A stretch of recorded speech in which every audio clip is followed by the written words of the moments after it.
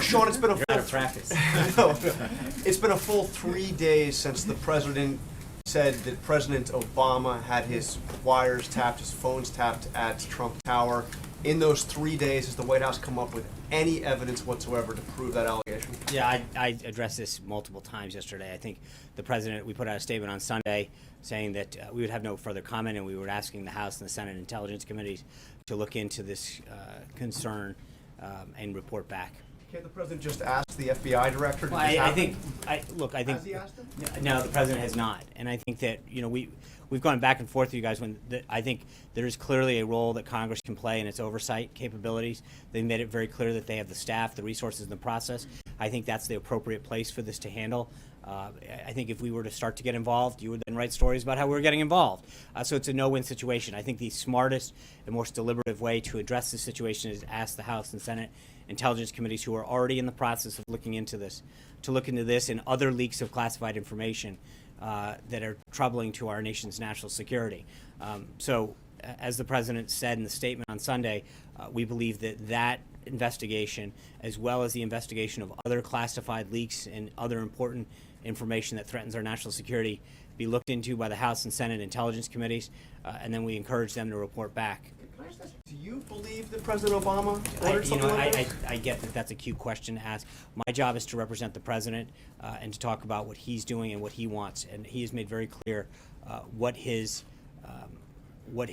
goal is, what he would like to have happen, and so I'll leave it at that. I think we've tried to play this game before. I'm not here to speak for myself. I'm here to speak for the President of the United States and our government. One quick follow-up on Jonathan Karl's question, because the President made a very serious allegation over the weekend, and I think we would all be remiss if we went through this briefing and not tried to get you on camera to at least offer us some evidence. Where is the evidence? Where is the proof that President Obama bugged President Trump?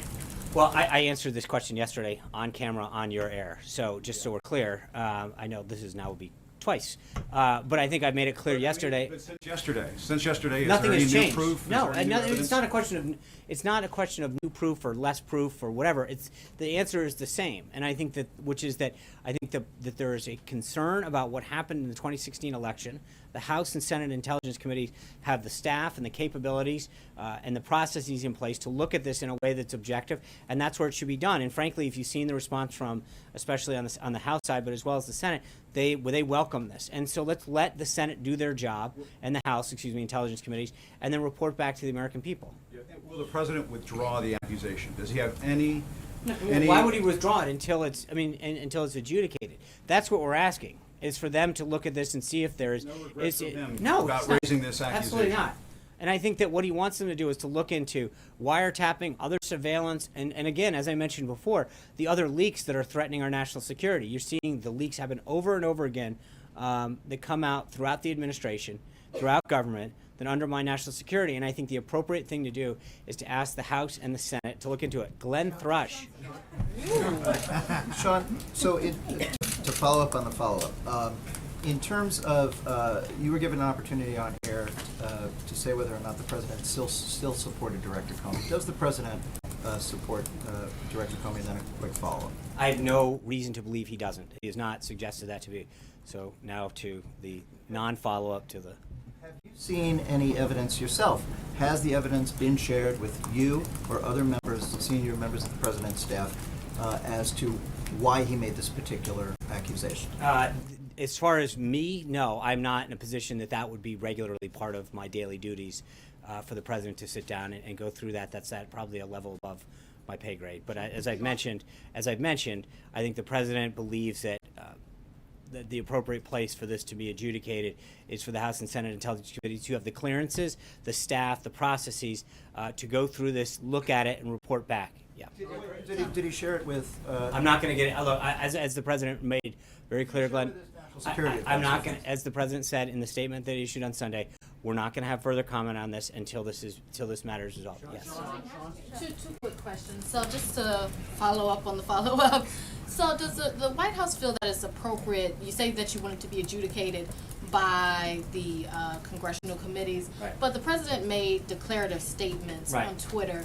So I guess is the White House position that the president can make declarative statements about a former president basically committing a crime, and then the congressional committee should look into that and basically prove it? I mean, Well, I no, guess it's not a question. No, but I would take issue with. It's not a question of prove it. I think, as I said now 5 times to the follow-up, that it's not a question of prove it. It's that they have the resources and the clearances and the staff to fully and thoroughly and comprehensively investigate this, and then issue a report as to what their findings are. so. But President Trump's Twitter statement shouldn't be taken at face value about what. Sure, he it should. believes. Of course, I mean, why? No, there's nothing. As I mentioned to Jim, it's not that he's walking anything back or regretting. He's just saying that they have the appropriate venue and capabilities to review this. Margaret. Because the White House wants this now to be handled by the legislative branch and in confidence and classification, can we count on the president to himself, while this investigation is going on, to cease and desist using Twitter or any other public venue to make accusations that are in public but he will not respond to in public? With respect to this particular situation, I'll ask that and I'll get back to you on that. John Gizzi. You've said that the president stands by his tweets Saturday morning, that President Obama ordered this wiretap. You've also said that the administration wants Congress, and let me just be clear, he said he found out this information. You've also said that the president wants Congress to investigate. Some members of Congress, by the way, have asked the White House and asked the president to come forward with that information. So bottom line, why would the president want Congress to investigate for information he already has? I think there's a separation of powers aspect here, as I mentioned to Jonathan, that we think it's. Talk about resources and time. Why waste that? Well, it's not a question of waste it. It's a question of appropriateness. But if the president has the info, and I guess that's what I'm trying to get to. If he's sitting on this information that he found out, he's now directing or asking or recommending that the But, intelligence committees look into this. And you talked about they have resources and staff, which they do. Right. But why expend those resources and staff if the president found out this information and hasn't?